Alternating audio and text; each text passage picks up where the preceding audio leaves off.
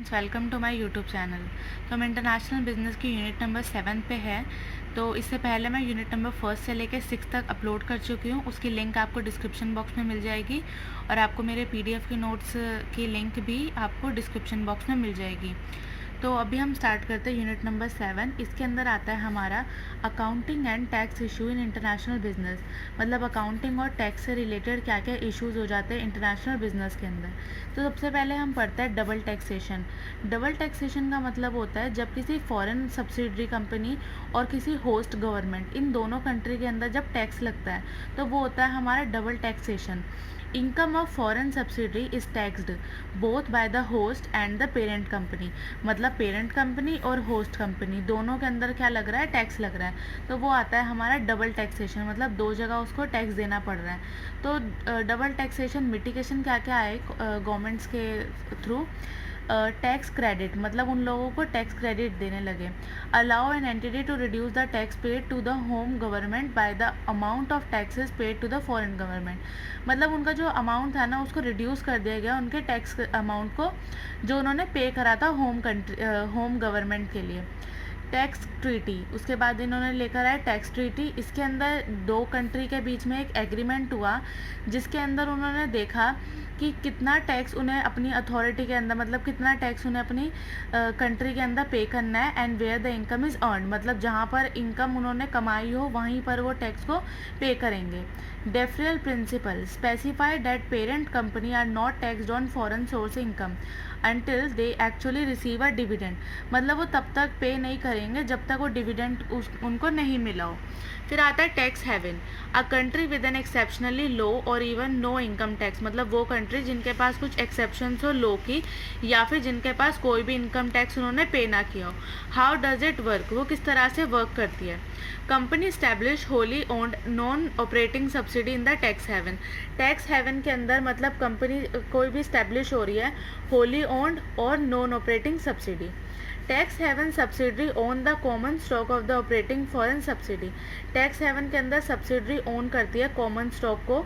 उसके बाद आता है वो ट्रांसफ़र कर देती है अपने फंड्स को, take place from the foreign operating subsidy to the parent company. Foreign operating subsidy से उसने पेरेंट कंपनी के अंदर मतलब अपने फंड्स को ट्रांसफ़र कर दिया अपने हेवन सब्सिडी के अंदर।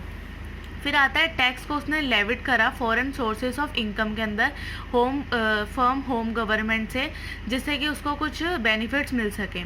फिर आता है हमारा ट्रांसफ़र प्राइजिंग।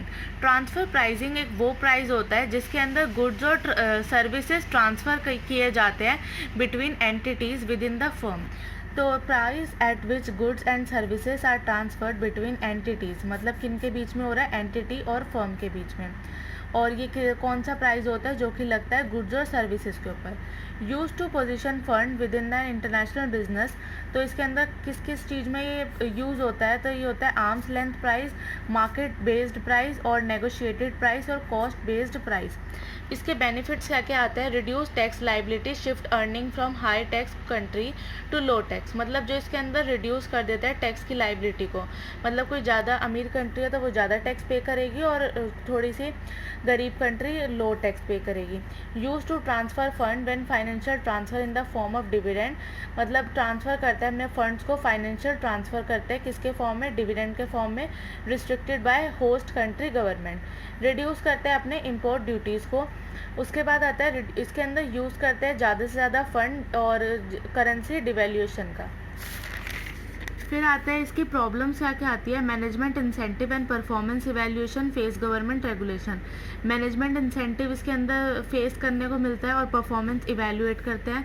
और गवर्नमेंट रेगुलेशन इसके अंदर क्या क्या आई थी। Under section 482 of the internal revenue code, the internal revenue service use to allocate the transfer price according to 482 section. तो इसके अंदर क्या था, जो सर्विसेज थी वो एलोकेट करते हैं ट्रांसफ़र प्राइसिंग के अंदर। तो उसके बाद हम देखते हैं टैक्स ट्रीटी शॉपिंग। इसके अंदर आता है treaty shopping generally refer to a situation where a person who is a resident in our country. मतलब वो पर्सन जो रेजिडेंट है किसी कंट्री का, जैसे कि होम कंट्री का, एंड हु अर्न इनकम और capital gain from another country, और वो अर्न कर रहा है इनकम किसी दूसरी कंट्री के अंदर। सेज द सोर्स कंट्री, मतलब जहाँ से उसने कमाया है, is able to benefit from a tax treaty between the source country and yet another country. मतलब उसने बेनिफिट्स कहाँ पे मिले उसको टैक्स ट्रीटी के दूसरी कंट्री के अंदर, सोर्स कंट्री और दूसरी कंट्री के अंदर। इसका एग्जांपल लेते हैं, जैसे हमने पेरेंट कंपनी लिया इंडिया का और वो उसकी सोर्स कंट्री है जैसे कि यूएसए, और थर्ड कंट्री उन्होंने किसका यूज़ कर रहे हैं, यूके का। तो इनके बीच में क्या हुआ, टैक्स ट्रीटी हुआ, 30% डिविडेंड उनको मिल गया टैक्स के ऊपर। इंटरनेशनल फाइनेंशियल रिपोर्टिंग स्टैंडर्ड क्या क्या होते हैं, IFRS, international accounting framework to properly organise and report financial information. तो उसके अंदर इंटरनेशनल अकाउंटिंग फ्रेमवर्क के अंदर आता है, वो प्रॉपरली ऑर्गेनाइज होते हैं और उसके अंदर रिपोर्ट को प्रिपेयर करते हैं फाइनेंशियल इंफॉर्मेशन से रिलेटेड। ये ड्राइव करता है किसी प्रोनाउंसमेंट के ऊपर जो कि London based international accounting standard board के अंदर हो।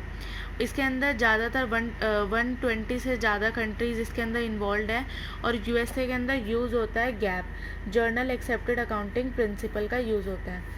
अब इसके फीचर्स क्या क्या होते हैं IFRS के, इसके अंदर फेयर प्रेजेंटेशन होता है, कंप्लाइंसेस विद IFRS, इस गोइंग कंसर्न का यूज़ होता है। गोइंग कंसर्न का मतलब बिजनेस फॉर एवर के लिए चलने वाला है, और मतलब बिजनेस और ओनर ये दोनों एक सेपरेट एंटिटी है। अक्रूअल बेसिस ऑफ अकाउंटिंग का यूज़ होता है, मतलब क्या कैश बेसिस और अक्रूअल बेसिस दो होते हैं, मतलब क्रेडिट बेसिस का भी यूज़ करते हैं, ऑफसेटिंग करते हैं, मटेरियलिटी एंड एग्रीगेशंस का यूज़ होता है, फ्रिक्वेंसी ऑफ रिपोर्टिंग करते हैं, रिपोर्टिंग मतलब एक फ्रिक्वेंटली होता है, कंसिस्टेंसी होता है इसके अंदर अपनी प्रेजेंटेशन के ऊपर, और कंपैरिजन होता है अपनी इंफॉर्मेशन में।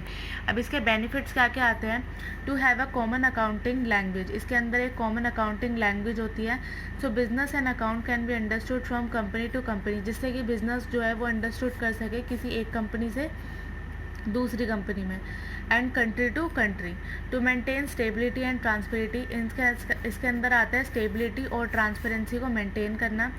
ग्लोबल अडॉप्शन लेकर आते हैं, मतलब इसके अंदर कौन कौन से आते हैं, IFRS आते हैं जिसके अंदर सेव कर सके मनी को और कंपेयर कर सके अपनी कॉस्ट को। Individual and investigation while also allowing information to flow more freely, मतलब मनी का जो फॉर्म होता है वो फ्रीली होता है। तो इसके अंदर ये थे इसके बेनिफिट्स।